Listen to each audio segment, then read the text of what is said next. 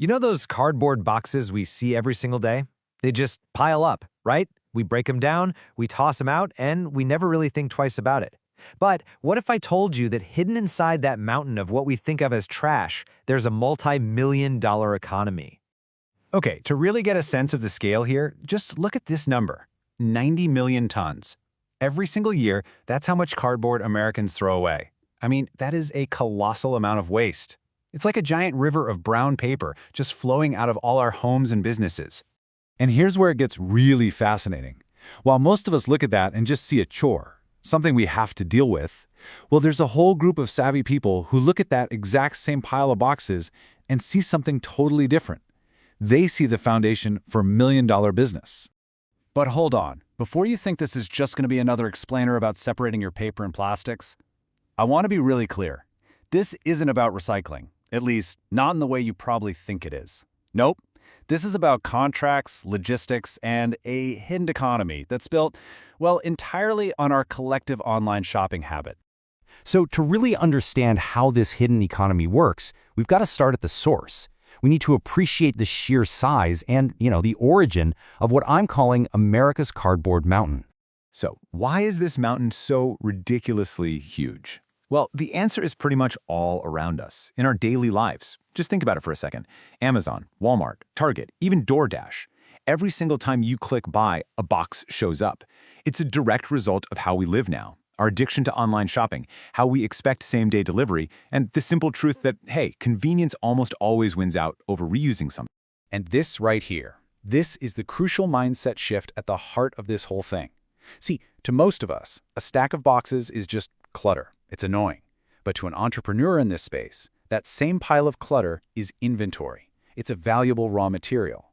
And that way of thinking is what turns a global waste problem into a huge personal financial opportunity. Okay, so let's dive into the first and maybe the most lucrative layer of this economy. We're talking about the world of industrial recycling contracts. All right, here's something most of us never think about. Unlike you and me, a big business, like a warehouse, a shopping mall, a factory, they don't just leave their cardboard on the curb. No way. They generate so much of it that they actually pay other companies to haul it away. And this is a huge deal because without this service, our entire commercial world would literally grind to a halt under mountains of its own trash. So the business model itself is actually surprisingly straightforward. Here's how it goes. First, an operator goes out and signs recycling contracts with these big businesses. Then, they just collect all that cardboard waste, maybe daily, maybe weekly. After that, they use these giant machines, industrial balers, to crush it all down into these dense one-ton cubes. And then the final step, they sell those bales by the ton on the open market. Because yeah, cardboard has a commodity price just like oil or grain. And the payoff for getting this whole process right? Well, some of these operators are pulling in, get this, $50,000 to $200,000 a month, all from just collecting what other businesses literally call trash. But believe it or not, that's only one layer of this whole cardboard economy. See, not every box ends up getting crushed into a bale. Some of them, well, they have a whole second life waiting for them. And that brings us to the next really fascinating part of this ecosystem. It operates on a smaller scale, but it is no less clever. Let's talk about the secondhand box hustle. So what this whole thing reveals is a really key gap in the market. Think about it. On one side, you've got millions of small businesses, people on Etsy, small online stores, and they desperately need affordable shipping materials. But on the other side, you've got the big corporations selling brand new and often really extensive packaging. It's a total mismatch, right? And this is exactly where the resellers come in. They step right into that gap and become the essential middleman. So what do? They get used boxes in bulk, they clean them up, sort them by size and condition, and then they turn around and resell them at a big discount to all those small e-commerce stores. And this is so important because it really levels the playing field. It gives those small-time entrepreneurs the affordable materials they need to actually compete. It's really just that classic saying, but perfectly updated for the digital age. One person's trash is another person's shipping solution. And yeah, the profit on each individual box might be pretty small, but the volume is absolutely massive. All right, so we've seen the big industrial contracts and we've seen the small-scale resale hustle. Now let's look at the very top layer of all this, which is where technology and big-time venture capital enter the picture with eco-startups.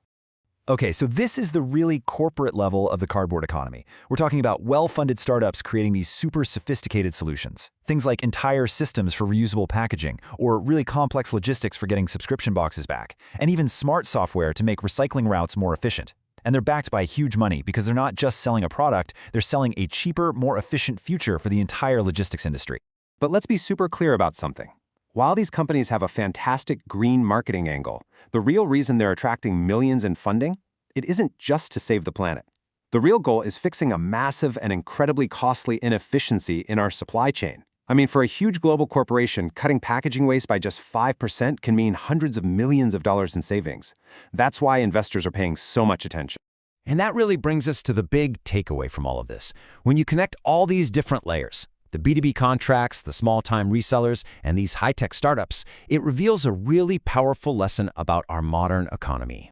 Because when you zoom all the way out and you look at the big picture, you start to realize this was never really about cardboard at all. It's about scale. The sheer, almost unbelievable volume of e-commerce created a massive problem, right? A mountain of waste. And it was that problem, at that incredible scale, that created this multi-billion-dollar opportunity. And this reveals a fundamental truth of business, really. Money flows where problems exist. Smart entrepreneurs, they don't just see waste. They see a broken, inefficient system. And a broken system, well, that's just an opportunity waiting for someone to come along with a new solution. So the next time you find yourself breaking down a shipping box, getting ready to toss it in the bin, I want you to just pause for a second and ask yourself this question. Are you really looking at a piece of trash, or are you looking at a contract that's just waiting to happen?